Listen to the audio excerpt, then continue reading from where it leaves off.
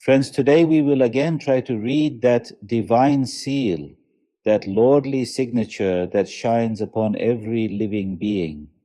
One of these seals is so brilliant that when we understand it, we see the owner of everything with utter clarity. First, let's take a look. This universe we live in is in a state of constant flow and motion.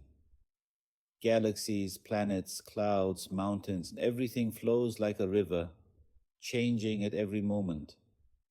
And within this moving universe, we also see living beings in constant motion, running animals, flying birds, swimming fish. Upon each and every one of these living beings, there are countless seals placed by our Lord, the ever-living, Hayy, and the self-subsisting, Qayyum, who sustains them.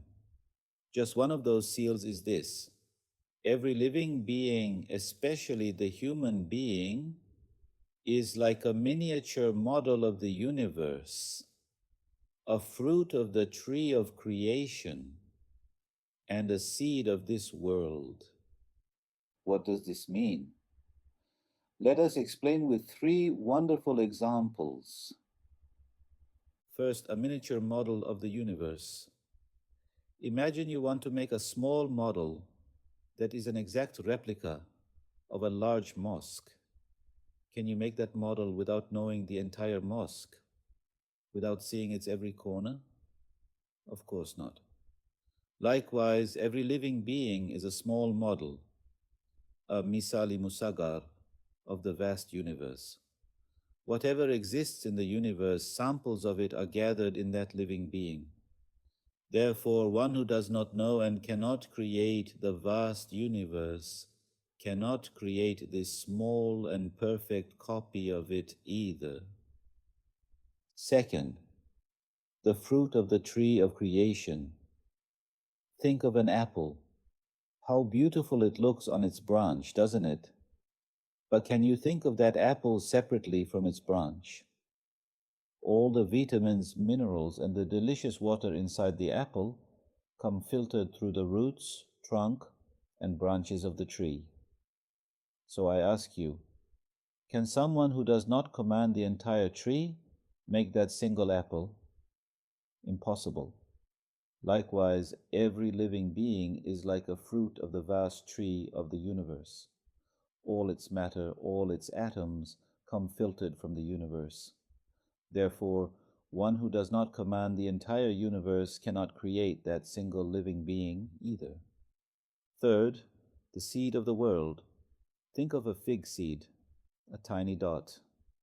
But within that dot, the entire program of a huge fig tree, its entire genetic code, has been placed. Who can make that seed? Of course, the one who knows and creates the entire fig tree can. The human being, too, is like a seed of the entire universe. The manifestations of all the divine names in the world, the program of all truths, is written in the human being.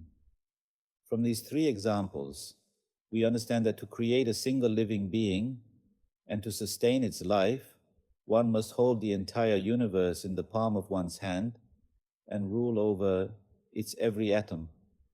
Look, think of a tiny honeybee. That bee is a small index, a summary of the book of the universe. To be able to fly, it must know the air and the laws of aerodynamics. To make honey, it must know all the flowers on earth and their chemistry. To find its hive, it must know the sun and the science of navigation. So who can create the bee? Only the one who also creates the air, the flowers, and the sun. Or think of human memory. In a space the size of a lentil, a library's worth of information is stored. The image of every tree we see, the recording of every sound we hear, the memory of every flavor we taste is written there. Now, who can write the image of that apple tree in our memory? Of course, the creator of that apple tree himself can write it. Who can record the image of the stars? the creator of those stars can. This means that to create that lentil-sized memory, one must create the entire universe. These proofs are so evident that our Lord is in fact hidden from us by the intensity of his manifestation. Every place, every moment is so full of the evidence of his existence that our eyes are dazzled and we cannot perceive. Just as we cannot look directly at the sun because of its brightness,